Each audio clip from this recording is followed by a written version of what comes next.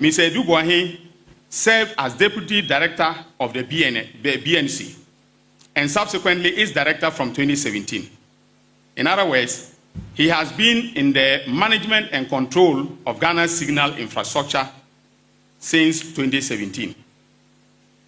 As the Director of BNC, Mr. Dubois was a co-signatory to the BNC's Director's account at Fidelity Bank. While serving as Director of BNC, however, he and his wife, Ms. Angela Ejeboating, registered a company on October 23, 2018, which they named, and listen carefully, BNC Communications Bureau Limited. It is important to note that the similarity between the names here, that is BNC, was designed, to engage in a criminal enterprise, which will unfold as I go further. For purposes of differentiation, we will call the private company Private BNC and call Ghana's Signal and National Security BNC the National BNC. Mr. Dubois, who is the head or who was the head of the BNC, and his wife are listed as directors of the private BNC. Okay, so they registered a company, and they, the two of them, together are the directors of the company, the two directors of the company. On October 26, 2018, the couple opened a corporate account for their private BNC at Universal Merchant Bank, UMB. According to the mandate on the account, either of the directors could sign checks and approve transactions on the account.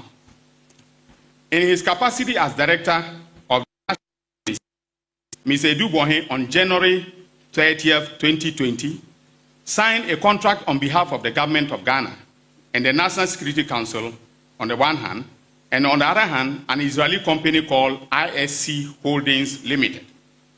The contract was for the purchase of a cyber defense system software at a price of $7 million United States of American dollars. Let us call this contract the GOG ISC contract. On February 6, 2020, Mr. Dubois then transferred an initial amount of 27,100,000 Ghana cedis, that is from the National BNC's operations account at Fidelity Bank to the private BNC account at UMB. Official documentation on the transfer revealed that the amount was for the payment of cyber defense system software, which the National BNC was buying from ISC Holdings in Israel.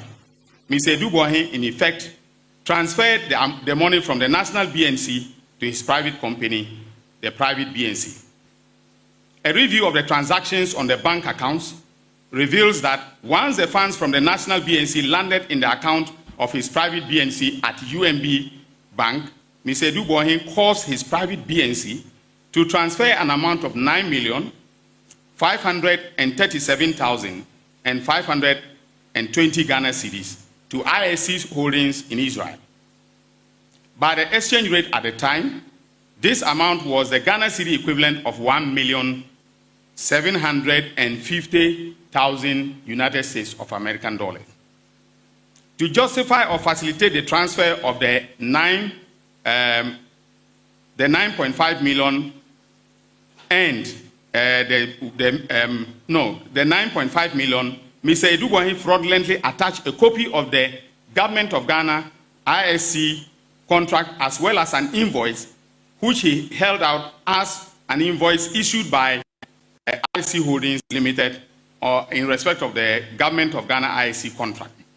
On March 18, 2020 and March 30, 2020 respectively, he again transferred 21 million Ghana cedis from the National BNC Director's account at Fidelity Bank to the same private BNC account at UMB. The narration of the transaction indicated that it was for the payment of the cyber defense systems that the National BNC was buying. The transfer from the National BNC's account brought the total transfers that he made to his private BNC to 49 million Ghana cedis.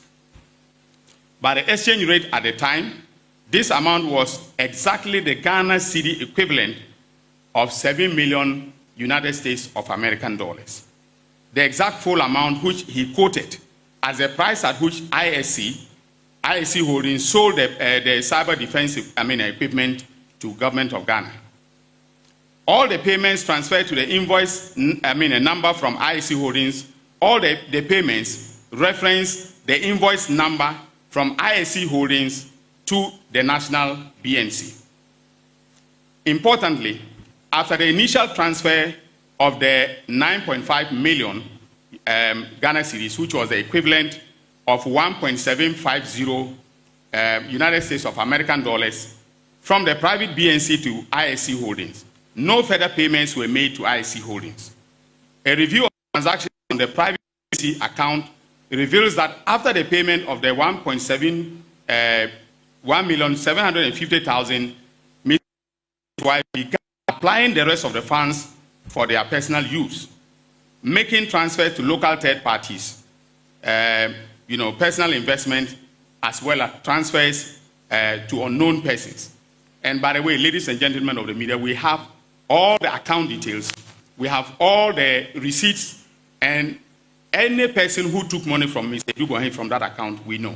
Our investigation, which was conducted by EOCO, as I've indicated, has established that the ultimate beneficial, in essence, the difference between 49 million Ghana cedis being the money Mr. Dubois transferred from the bank account of the national BNC to his private BNC, and 9.5 million being the money he actually paid to the ISC Holdings for the software, ended up with him and his wife. That is to say that the sum of 39,462,480 Ghana cedis of taxpayers' money went into it. The investigation has revealed that the ultimate beneficial owner of BNC Communications Limited is another company known as Advantage Solutions Limited. 10 other companies are through a very complex web of shareholding and directorship connected to Mr. Dubois and his wife, Angela. Investigations have also established that monies, mostly proceeds of crime, from the Advantage Solutions Limited and BNC Communications Bureau Limited and other similar sources have been transmitted under very suspicious circumstances through the bank accounts of these companies. The investigations have revealed so far that the suspect and his wife have registered companies which we are currently tracking. We are tracking all the companies. There are about 10 of them that they created with Advantage Solutions mostly owning all the companies. For purposes of the investigation that is ongoing, we are not going to disclose those companies, but I want to warn any executive, director, or employee of each of the companies who, knowing that Mr. Dubois has been arrested, if they make movement of assets, we will track and arrest them and prosecute them. So they are all warned. All banks are also warned that if we see any wire transfers or cash withdrawals on any of the accounts belonging to Mr. Dubois and his companies, the bank managers and all their employees who are involved in those transfers will equally be arrested.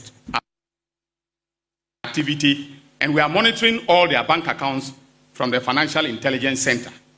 With the press of a button, we can see the movement of money, on any of the accounts. So we are monitoring that very, very closely. We know, for instance, that the 3 banks that they have been dealing with, in substantial financial transactions are UMB, Fidelity Bank, and Stanbic Bank. So we are monitoring them keenly. And the managers of this bank, if they are listening to me, should be careful about what they do on any account connected to Mr. Dubois and his wife and their companies. The investigations also established that the proceeds from the suspect's activities were used to buy significant landed properties and other assets of considerable value both in Ghana and elsewhere. Now, ladies and gentlemen of the press, my fellow countrymen and women, I want to give you a sample of what we have discovered so far. We have tracked most of the assets. The properties that are in their names, their joint names, or sometimes in their, in their individual names, are as follows. We have number 2 Stream Park Drive, Mayfair Estates, LA, that is Accra. For that, they deposited, and we have the deposit slip as well as the receipt from the estate developer, $1 million United States of American dollars. Number 6, Edith Avenue, Mayfair Estates, Accra. Deposit 500,000 United States of America. That's American dollars. That's the initial deposit. All right. Then we have number 7, Edith Avenue, Mayfair, 200,000 United States of America, the property. Number 8, Edith Avenue, Mayfair Estates, Accra, 97,815 United States of American dollars was deposited for that property. But we are sure that other cash payments were made to complete the purchase and then the transfer of ownership. So we are tracing all those documents. Number 9, Edith Avenue, Mayfair Estate, 270,000 United States of American dollars deposited, initial deposit for the purchase. Number 10, Edith Avenue, Mayfair Estates, Accra, 150,000 United States of American dollars deposited. Now, he also owns a company known as Vertex Properties. Vertex Properties. And we've traced the proceeds of crime to Vertex Properties also. They have, Vertex Properties owns 27 houses located at Oyarifa. Each house costs, an estimated cost of 295,000 United States of American dollars. We also know that they have 2 properties in London that we are tracking, and I'm going to trigger the mutual legal assistance between the United Kingdom and Ghana for us to be able to lay hands on those properties. Now, we also know we've been following the bank transactions very closely, and we know that on February 11, 2020, they made a 16 million fixed deposit from the payment received from BNC Security. This was from the initial payment of 27,100,000 Ghana cedis. On April 3rd, 2020, Mr. Dubois alone withdrew 7,250,000 Ghana cedis, okay, in cash. He withdrew that in cash. This payment came out of the second transfer of the 21 million from BNC National Security to BNC, his private company. On April 24th, 2020, 1.5 million cash withdrawal was made. On the same day, he made payments to a real estate company to the tune of 1,566,000. So you see the coincidence, okay, of the transactions that were taking place. Then February to September, out of the 49 million, which was transferred from BNC National Security to his private BNC, about 99% was withdrawn by him personally. And they were largely very large cash withdrawals. And we believe that those were the withdrawals that were made for him to make the deposit for the properties that are enumerated above. Now, we are still tracking suspect Edu Bonhi and his assets, and then, of course, his wife. But we'll conclude in the next few days and file charges against him and the other suspects. So they are currently in detention. We had given them bail conditions from EOCO, he and his wife and the other suspect. Now, the reason I'm not mentioning the other suspects is that for purposes of our strategy, and if they are listening to me, they should take this very seriously, the other suspects. For purposes of our investigation and prosecution, okay, we may have to use some of them as prosecution witnesses. If they give us the offer, fine. If they don't want to cooperate, with this evidence, I don't see how they and the suspect will get out of, being convicted. But of course, they will have to be, their guilt will have to be proven beyond reasonable doubt. So I'm not being presumptuous, but we have all the evidence from what you can see from the enumeration that we have all the evidence, including receipts of payments and withdrawals, slips and so on. So this is for suspect Edubohen and his wife. Now I want to say something briefly about the oral investigations.